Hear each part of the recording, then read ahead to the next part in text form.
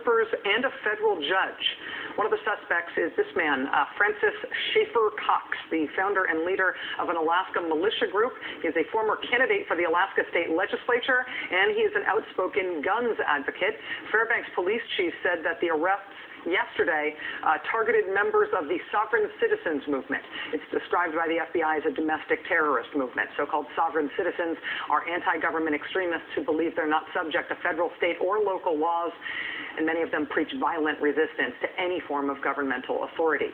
Scott Roeder, who killed abortion provider Dr. George Tiller in 2009, he was linked to the Sovereign Citizens movement, as was Oklahoma City bomber Timothy McVeigh's associate Terry Nichols, as was a man named Jerry Kane, who along with his 16-year-old son killed 2 Arkansas police officers and wounded 2 others last year before they themselves were killed by police. Also, there has been an arrest this week in the Spokane, Washington Martin Luther King Day bomb, which was feared to be linked to the white supremacist movement responsible for other bombings in the Pacific Northwest in years past.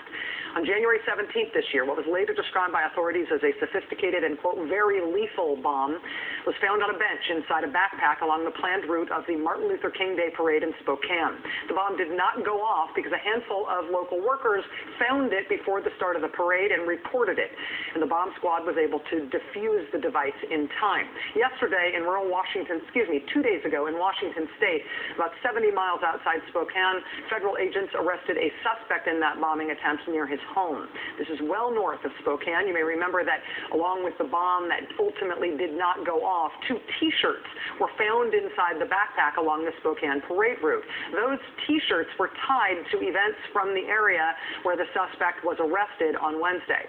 The suspect's a 36-year-old man named Kevin Harpham, a spokesman at Fort Lewis, which is now Joint Base Lewis-McChord, confirmed to the Seattle Times this week that Mr. Harpham had served in the Army and was stationed at Fort Lewis between 1996 and 1999. The complaint against Mr. Harpham this week charges that he attempted to use a weapon of mass destruction, an improvised explosive device placed prior to and along the planned route of a Martin Luther King Jr. Unity March.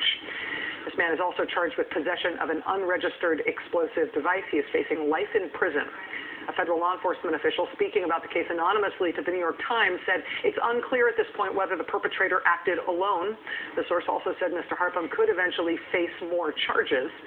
The arrest documents are sealed, but an anonymous source described as familiar with the investigation by the Seattle Times told that paper that authorities were able to link Mr. Harpham to purchases of bomb components, including a remote car starter and other electronics.